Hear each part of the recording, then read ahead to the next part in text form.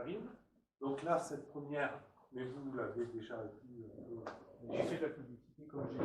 Ouais. Merci, C'est très gentil. Merci. Merci beaucoup. Et donc là, on va voir un peu les origines du catharisme. Voilà. Ensuite, on parlera de l'église cathare, de la théologie des cathares le mois prochain. Et le mois d'après, on fera les rites cathares, parce que les cathares, c'était une véritable église, donc avec leurs rites, etc. Ils n'ont aucun point de comparaison avec ce qu'on connaît du catharisme. Donc, je reviens à mon bouton, et je disais que pour comprendre le catharisme, il faut revenir à la source même du christianisme qui vient de Jésus, puisque tout démarre de là. Et pour comprendre la spécificité du christianisme, il faut comprendre ce qu'était le judaïsme. Et le judaïsme, c'est une religion de la loi. C'est-à-dire que c'est une religion qui considère que Dieu donne une loi. Bonjour monsieur, entrez, rentrez. Je vais encore me répéter. Mais ça va rentrer. Les Qatars, ils étaient toujours à l'heure, c'est ça? Non, mais nous, on a commencé pétanque le soleil. Il vient par le chemin de fer. Vous pouvez vous asseoir peut-être ici si vous voulez. Ou là? Oui, ça évitera de me tourner un peu la tête. Vous pouvez vous mettre là. Comme ça, je vois tout le monde. Alors, je suis désolé, je vais me répéter. Ouais. Non mais vas-y, on rattrapera au vol après. Oui. Tu vas plus savoir où il en est, c'est ça.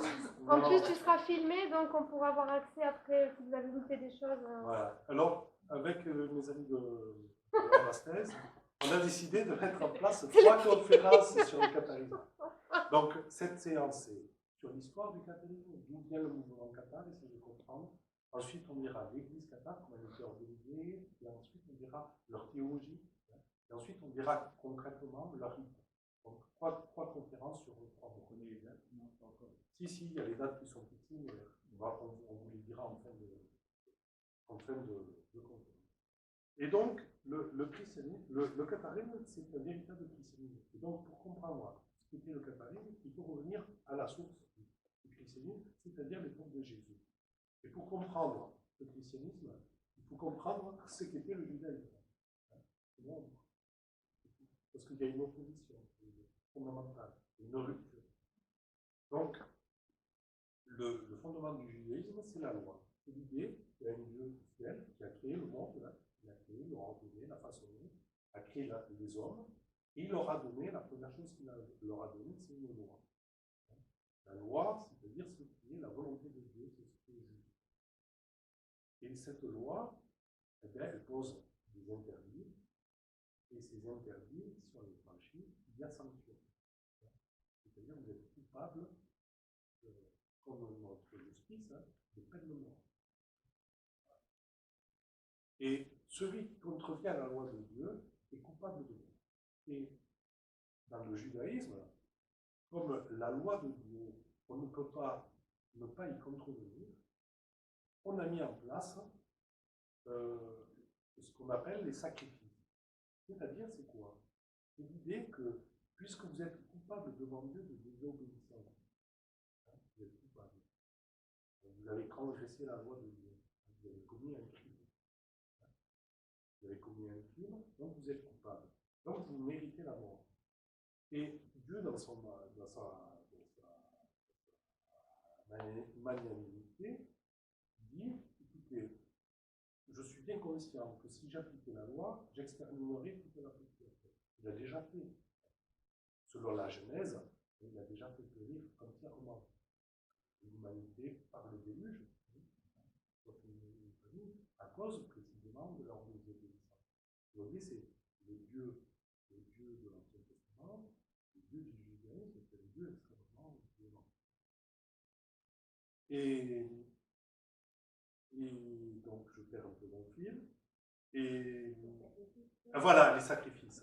Et donc, les sacrifices ont pour objet de dire, eh bien voilà, vous êtes coupable de peine de mort, mais si vous me présentez un animal à votre place, c'est l'animal que je mettrai à mort, et lui va payer pour vous. il va payer pour lui.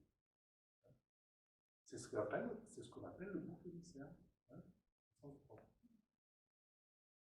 et la loi de l'Ancien Testament, elle est extrêmement stricte, hein, elle est même sévère, puisque à peu près toutes les désobéissances les plus, on va dire, les plus lourdes, est sanctionnée par la peine de mort et par la lapidation. C'est-à-dire qu'on va mettre à mort quelqu'un pour le tuer en coup de pierre.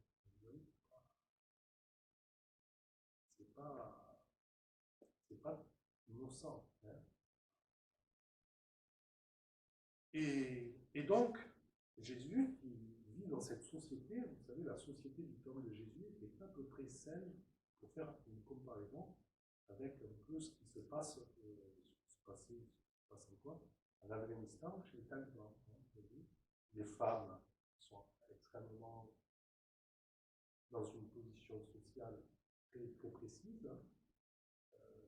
Il y a les hommes, vous voyez, et il y a une comparaison, parce que l'islam a repris la base, hein, les bases de cette loi de Dieu. Hein, et pour faire la comparaison, c'est exactement ça. Vous voyez, on lapide encore, on met à mort, etc. Des choses encore pratiquées. Dans la société du temps de Jésus, c'était la même chose. Hein. C'était la même idée qui était en vigueur. Une société très rigide, hein, c'est dur. Et Jésus, lui, et c'est ça la rupture fondamentale, il considère que la loi de Dieu, c'est le mal. Puisque c'est au nom de la loi qu'on juge et qu'on met à mort. La loi de Dieu, la loi a quelque chose de terrible parce qu'elle se prétend être justice. Hein. Si vous appliquez la loi, vous êtes juste. Mais vous comprenez bien que s'il n'y avait pas une loi qui disait il faut tuer une femme à coups de pierre parce qu'elle a aimé un autre homme que son mari, vous, peut-être que vous-même, vous ne le ferez pas. Hein, et tuer quelqu'un à coups de pierre. Alors que si vous voulez être juste devant Dieu, obéir à Dieu, eh bien, vous allez le faire parce que vous êtes convaincu que ce que vous faites est juste. Et c'est pour ça qu'on a du mal à comprendre. Et dans le fond, chez les talibans, hein, ils font acte de justice. Et on voit bien que la loi n'apporte pas de justice. Elle permet tout simplement de juger le condamné. La loi ne permet que le jugement de la condamnation. Et Jésus a très bien compris ça, et d'autant mieux que la caste religieuse, il y a toute une caste religieuse qui font le service, du temple, vivent, vous savez, perçoivent l'abîme, perçoivent le temps.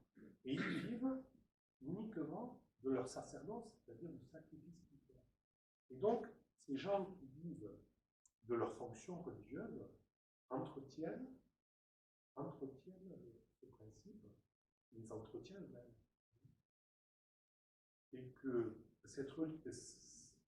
Alors que le gros de la population, et ça on a du mal à se le représenter, mais le gros de la population du temps de Jésus est une population extrêmement misérable.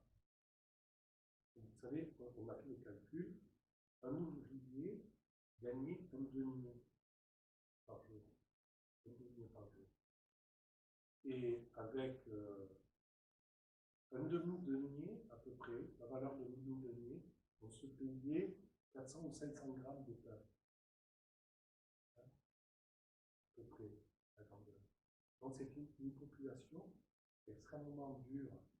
Et vous aviez la caste religieuse, la caste pouvoir, elle vivait, percevait la Bible, elle vivait dans un luxe, vous voyez, que le reste de la population était asservie à cette caste, parce qu'elle considérait que c'était grâce au sacrifice qu'elle ne serait pas maudite, etc.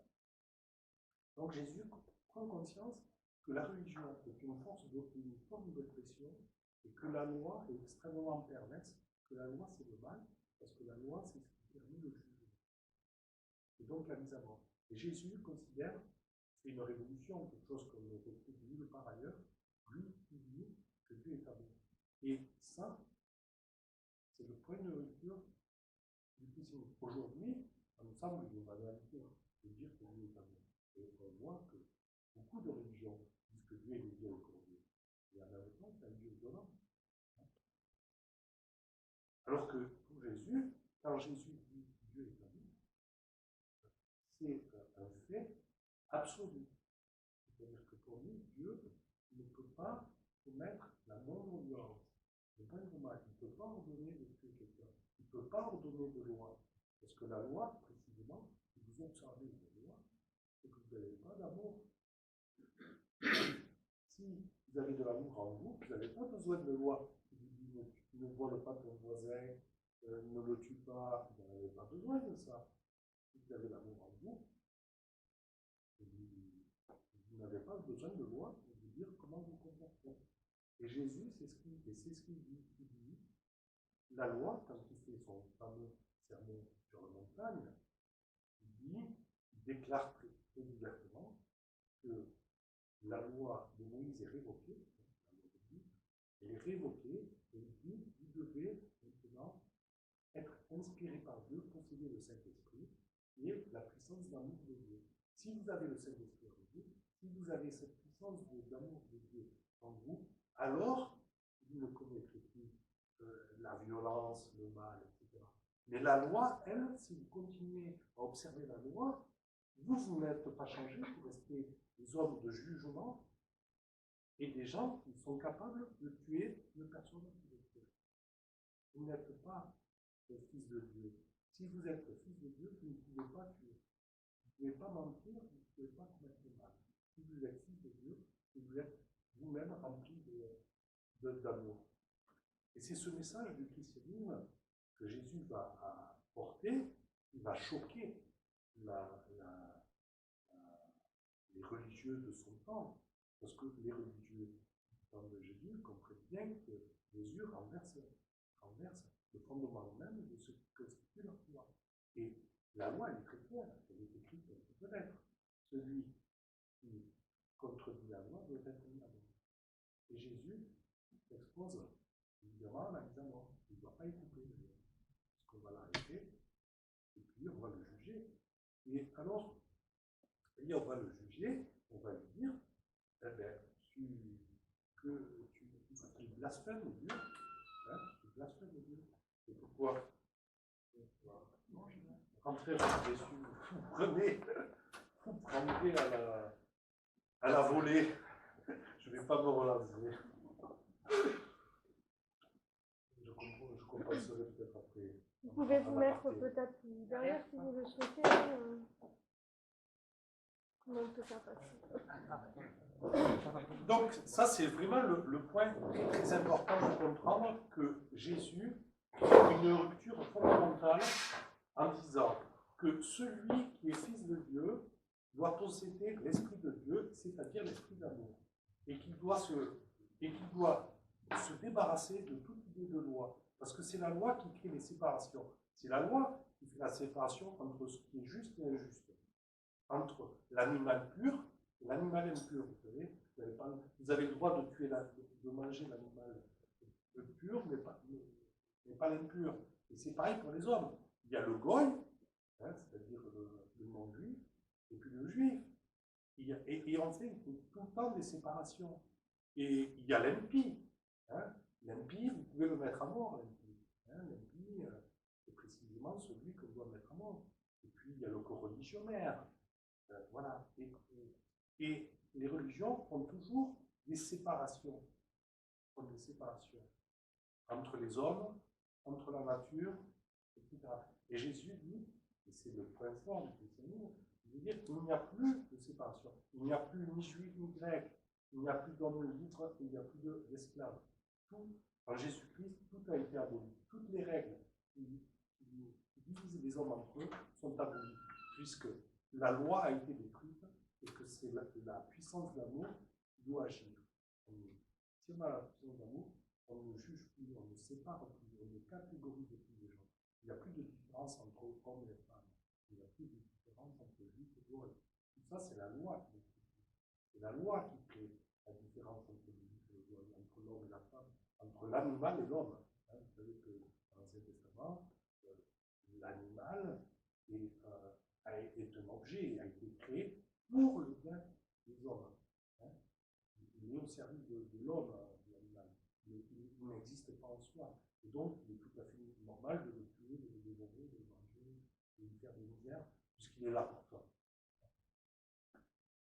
Et Jésus rompt absolument avec cette idée, et il dit, à partir de maintenant, et il crée une communauté nouvelle. Il crée une communauté nouvelle sur cette base d'une société fondée non plus sur la loi, mais sur l'amour qui doit naître de Dieu, c'est-à-dire à travers son Saint-Esprit. Et Jésus donc va être condamné, puisqu'il évoque la loi ouvertement, il est condamné, il est mis à mort. Comme on ne peut pas le lapider, puisque les Juifs n'ont plus le droit théoriquement de mettre à mort, ce n'est pas l'intermédiaire des Romains qui, eux, vont appliquer leur sanction, qui est la crucifixion. Donc Jésus va être crucifié au nom de la loi, parce qu'il la contrefait. Hein, et la croix, c'est plus clair. Hein, la croix, c'était le supplice réservé pour les esclaves, de ceux qui se rebellaient contre l'ordre, contre la loi. C'est extrêmement clair. Jésus est crucifié parce qu'il conteste la loi. Et donc, quand Jésus est mis à mort, il y a deux formes de chrétiens qui vont se mettre en place, si vous voulez. Il y a des chrétiens qui vont considérer que Jésus, en quelque sorte, c'était le Messie annoncé par les prophètes. C'était celui qui vient restaurer un judaïsme d'origine, qui vient restaurer l'État d'Israël, enfin, qui vient débarrasser la religion de tous ses excès, de toutes ses traditions. Et c'est une communauté qui va être dirigée par Jacques, le frère de Jésus. Hein, je dis avec les frères, les sœurs, on n'est pas assez. Et ce Jacques, c'était pas du tout un disciple de Jésus. Il ne faut pas confondre avec Jacques, parce que le disciple qui lui n'était pas le frère de Jésus. Parce qu'il y a au moins 3 Jacques dans les Donc il y a cette communauté qui considère que Jésus est en quelque sorte un réformateur, et il considère que ce qu'il annonce est une réforme du judaïsme. Ça se comprend comme une réforme du judaïsme. Mais donc, on ne conteste pas le Dieu de l'Ancien Testament, on ne conteste pas la loi fondamentalement, on la débarrasse de ce qu'on estime être excessif. Et puis il y a de l'autre côté les disciples de Jésus, enfin, en tout cas une partie des disciples de Jésus, qui eux considèrent que le Dieu de la loi est un faux Dieu. Ce n'est pas le vrai Dieu. Le vrai Dieu, c'est le Père dont se réclame Jésus. Hein, c'est lui le vrai Dieu. Et que le Dieu vénéré par le peuple hébreu, celui qui s'est révélé, qui leur a donné la loi, c'est un Dieu inférieur. C'est pas le vrai Dieu. C'est un Dieu inférieur, et pour tout dire, c'est même ce qu'on appelle le diable. Mais quand on appelle le diable, c'est pas du tout le diable du catholicisme. Le diable, dans le catholicisme, on va l'inventer comme étant la puissance maléfique, la puissance du mal. Hein? C'est l'être démoniaque par excellence. Non, le diable, c'est pas ça dans le christianisme. Dans le christianisme, le diable, vous savez, ça vient du grec dia, qui veut dire, c'est la même racine que le mot diagonale. Hein? C'est la droite qui coupe. Et le diable, c'est celui qui sépare. C'est le sectateur, c'est celui qui coupe en deux. Et celui qui coupe en deux, c'est ce qui permet de couper en deux, de juger, c'est la loi. Et le diable désigne tout simplement celui qui sépare. C'est-à-dire, c'est le Dieu de la loi. Mais ce n'est pas quelqu'un de méchant. C'est quelqu'un qui veut créer de l'ordre avec de la loi. Mais cet ordre, il est violent. Il crée de l'injustice. Il crée du malheur. Il crée de la mort. Il ne crée pas de la bonté. Et donc, il y a ces chrétiens qui considèrent que le Dieu dans l'Ancien Testament, c'est un diable, c'est un Dieu inférieur, hein, qui est capable de violence, alors que le Dieu bon, le Dieu de Jésus, est incapable de violence. Il ne peut pas tuer quelqu'un. C'est une impossibilité. Et il considère que Jésus constitue une rupture, que c'est une rupture. Il appelle tout le monde à rompre, parce que ce soit dans le judaïsme ou que ce soit dans le paganisme, les principes sont les mêmes. Zeus ou Adonai, c'est la même chose. Ils ont des temples dans lesquels on fait des sacrifices, dans lesquels on émet des jugements. C'est la même chose. Et chez les Mayas, c'est la même chose. Les temples et les sacrifices, ils étaient les mêmes. Vous voyez, c'est la religion universelle, c'est la religion de la violence où on doit mettre à mort, hein, pour que la société puisse vivre en paix. C'est le paradoxe. Hein, c'est le paradoxe. Et donc ces chrétiens-là considèrent, que le Dieu de l'Ancien Testament, le Dieu créateur du monde, et n'est pas le Dieu, c'est le diable. Hein, c'est-à-dire un Dieu inférieur. Pas le méchant comme avec la fourchette, hein, c'est bien distingué. Et donc c'est le diable, et qu'il y a un Père supérieur, un Dieu, qui est lui toute bonté, et qu'il veut sauver l'humanité de la détresse dans laquelle il se situe, parce que l'humanité est plongée dans un monde de violence, le monde est violent, il y a de la mort dans le monde. Il y a de la maladie, il y a de la souffrance, on ne peut pas dire que le monde est le royaume de l'amour de Dieu. Hein? Le monde est terrible, il y a beaucoup d'injustices, les gens meurent, on ne sait pas pourquoi, il y a beaucoup de malheur dans le monde. Et les cathares disent, mais le monde, Dieu n'y est pour rien, il ne l'a pas créé, c'est le Dieu inférieur qui l'a créé. C'est lui qui a créé le monde. Et c'est lui qui ordonne le monde à sa manière. Et ces chrétiens, ils vont s'organiser en communauté à Jérusalem, puisqu'ils étaient assez peu nombreux. Et très rapidement, ces premiers chrétiens, on va les repérer, puisque eux ne circoncisent plus, font plus la circoncision, ils n'obéissent plus à la loi, ils ne font plus les sacrifices au temple, donc ils sont juifs. Hein? Ils vont manger avec les païens, ils rompent avec toutes les traditions juives. Et donc ils sont coupables, puisque toute contravention à la loi, c'est la peine de mort. Et donc on va déclencher, donc au lendemain de Jésus, les autorités juives ont déclenché une persécution contre on va dire, ces juifs apostats. Je ne sais pas comment les appeler, puisqu'on ne les appelle pas encore chrétiens. Hein? Donc, il va y avoir un déclenchement d'une persécution, et donc ces juifs apostats vont fuir, vont quitter la Palestine, et vont se réfugier en Syrie, à Antioche, précisément. Pourquoi Antioche? Parce que c'est le territoire romain, et que là, la religion juive, elle n'est plus la religion d'État. Donc, on ne peut pas les traduire devant les tribunaux parce qu'ils dérogent à la loi juive. Et c'est à ce moment-là que, parce que ça les enquiquine, vous voyez, parce que ces chrétiens qui sont réfugiés en Antioche, ils font leur propagande parmi la communauté juive, la diaspora, et puis parmi les païens, puisque pour ces juifs apostats, il n'y a plus de juifs, il n'y a plus de païens, il n'y a plus de goy, il n'y a plus. Tous sont égaux. Et ils appellent à rompre avec les religions sacrificielles et à vivre, et à former des communautés qu'on appelle l'Église. Et ça, je tiens à l'expliquer, que le mot Église, ce n'est pas un terme religieux.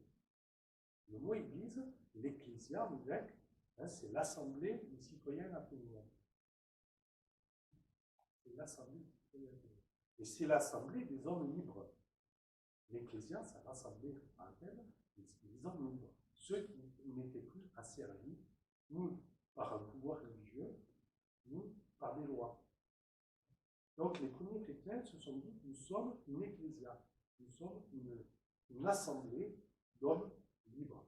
Nous prenons nous-mêmes en main les décisions. Nous n'obéissons plus à un Dieu d'autorité, nous n'obéissons plus à une loi qui s'impose à nous, mais c'est à nous-mêmes, à nous autodéterminer avec l'inspiration du Saint-Esprit qui est l'amour de Dieu.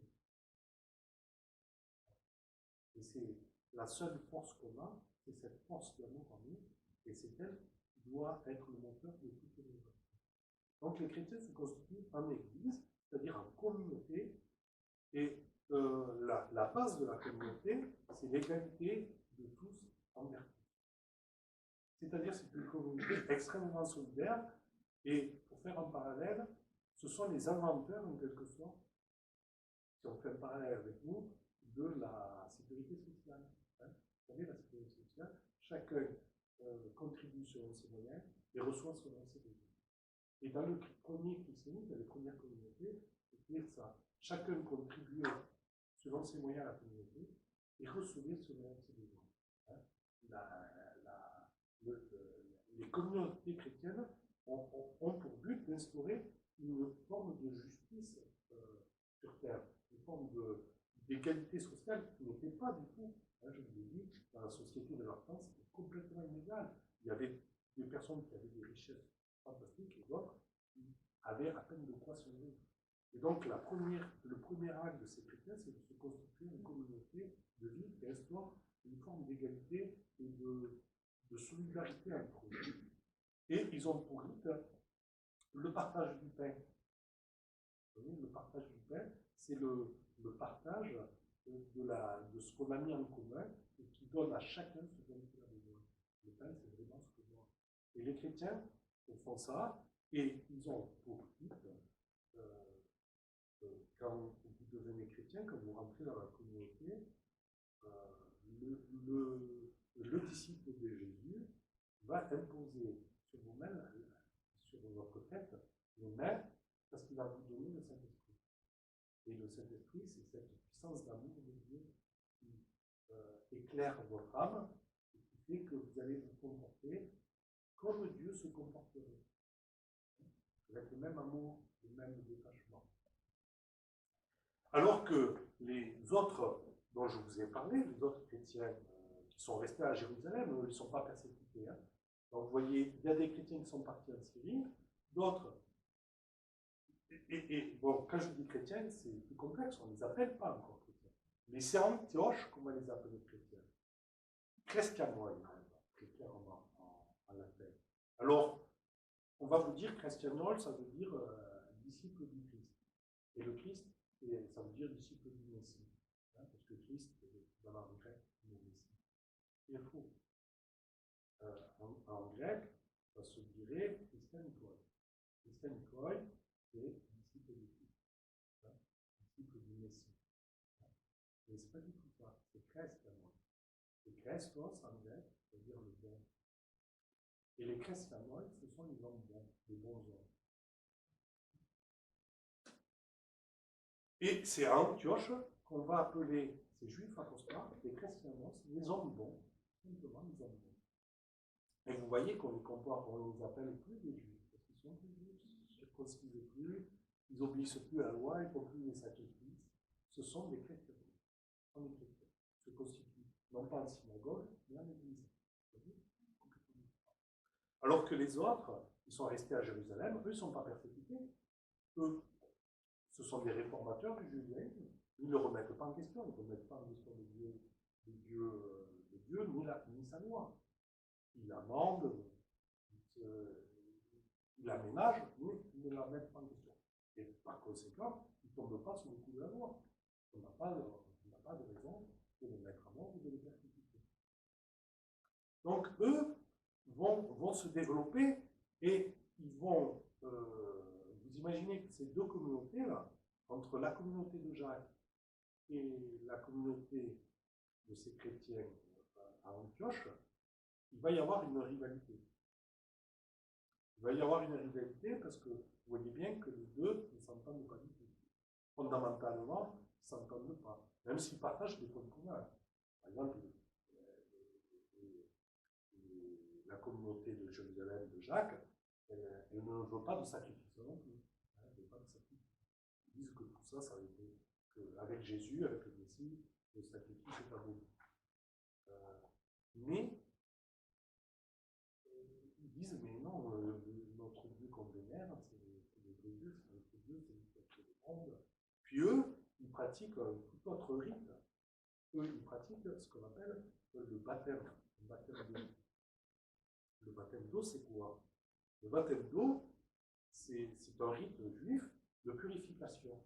C'est-à-dire que quand vous êtes, quand vous désobéissez à la loi de Dieu, vous avez commis un péché. Et le péché, c'est comme de la boue, de âme. Et pour se laver de vos fautes, ben, symboliquement, vous vous purifiez dans un bain d'eau.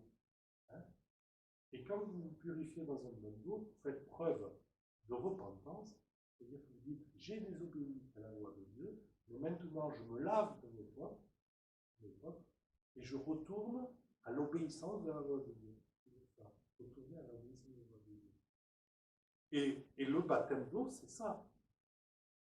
Et vous voyez qu'entre l'imposition des mains qui donne l'Esprit Saint, qui est la force d'amour de Dieu dans le monde, et le baptême d'eau qui est le retour à la loi de Dieu, vous voyez bien que on ne peut pas s'entendre. Ces deux communautés ne peuvent pas s'entendre.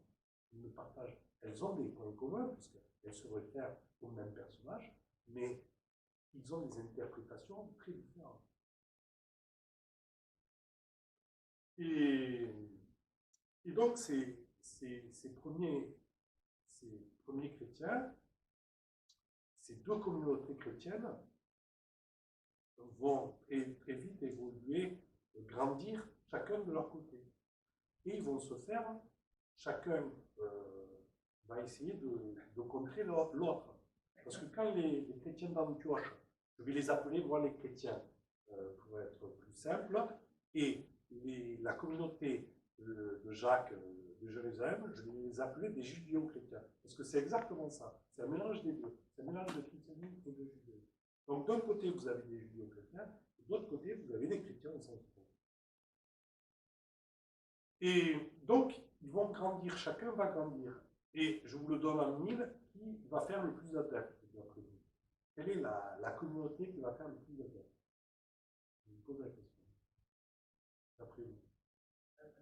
À l'époque, Oui, à l'époque. les chrétiens. Pourquoi? Parce qu'ils ont, justement, ils sont devenus une menace, c'est pour ça qu'ils ont été actifs. Oui. Mais il y a une autre idée, je la prends. Il y a une autre idée? Ça touche beaucoup plus de monde. Hein? Ça touche beaucoup plus de monde. Laquelle? Ceux d'Antioche touche beaucoup plus de monde. Théoriquement, oui. Pierre va à Rome. Oui, mais Pierre, vont à Rome.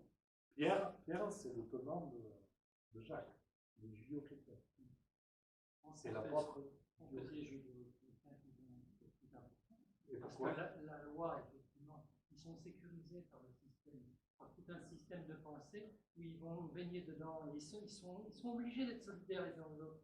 Donc forcément, ça va être un martyr, mais la peur va être le moteur. Exactement. Et exactement, c'est exactement ça qui va se passer. C'est-à-dire que ceux qui ne contestent pas le modèle reçu depuis des acteurs, on vénère les dieux dans les temples depuis des milliers d'années, on leur fait des sacrifices du jour au lendemain.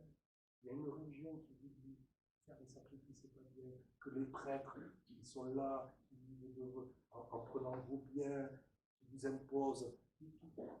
Mais ça, c'est presque, vous voyez, c'est une révolution tellement énorme que, en fait, la religion, ces judéo-chrétiens qui disent bon, Zeus finalement est Dieu, c'est plus acceptable parce que les idées, elles sont acquises. Elles sont là, elles sont acquises, on ne les remet pas fondamentalement. Alors c'est eux qui vont gagner en termes de gain. C'est eux qui vont gagner. Et d'autant plus que le pouvoir ne va pas les embêter, puisqu'ils ne le contestent pas. Donc les chrétiens, eux, ils vont contester le pouvoir. puisque eux, pour eux, le pouvoir, c'est un des principes du mal sur la terre. Puisque le pouvoir, c'est celui qui fonde les lois, et c'est celui qui fonde les contraintes. C'est lui qui met à mort, c'est lui qui juge. Hein? Le pouvoir, c'est le mal. Et donc, très clairement, les chrétiens vont être persécutés de manière extrêmement dure par l'Empire romain. Et donc, ils vont rester extrêmement minoritaires. Les autres vont être aussi persécutés, hein, mais de manière moins forte. Ils vont être persécutés parce qu'ils gagnent du terrain dans le paganisme, et le paganisme, lui, se protège en essayant d'éliminer une concurrence qui veut s'imposer. Et finalement, ils ne vont pas gagner, ils vont remporter, puisque le christianisme avait quelque chose quand même d'extraordinaire, c'est qu'il promettait, enfin le judéo-christianisme promettait quand même la vie éternelle. Donc ça, les religions païennes ne le promettaient pas. Donc ça va drainer beaucoup de monde, mais, et là on arrive au IVe siècle, avec Constantin, qui lui se dit, qui se convertit au judéo-christianisme. Hein? Le pouvoir embrasse une religion de pouvoir. Et à partir de ce moment-là, on va commencer à éviter ce christianisme qu'on connaît bien, qui est le catholicisme. C'est à ce moment-là qu'on va énoncer, on va dire, le christianisme, c'est des croyances, c'est des dogmes. Hein, c'est la Trinité, c'est la Vierge Marie, vous voyez, c'est des doctrines. Le vrai christianisme, ce sont des doctrines. Puis on va mettre en place, on va remettre en place ce qu'on a toujours fait. On va créer des églises, on va mettre dans ces églises des autels, puis on va mettre devant les autels des prêtres. Hein. Et derrière l'autel, on va mettre la statue du Dieu. Alors là, ça sera la croix. Hein. Et puis on va faire des sacrifices. Vous savez, l'Eucharistie, c'est le sacrifice. Hein, le sacrifice de Jésus. Pour le péché, pour le pardon des péchés. Hein. Donc, on reprend toujours les mêmes modèles, toujours en le remettant en cause. On ne fait que les reperpétuer. Et donc, cette religion embrasse le pouvoir. Ils ne font qu'un. Hein. Vous savez que le pouvoir religieux et le pouvoir civique, c'est les deux faces de la même monnaie. Hein. Les rois sont toujours le droit divin. Les rois sont toujours le droit divin. Sauf pour les chrétiens. Pour les chrétiens, les rois sont les rois du diable. Hein, je rappelle, le diable, c'est cet être de loi. Les cornus au chrétien.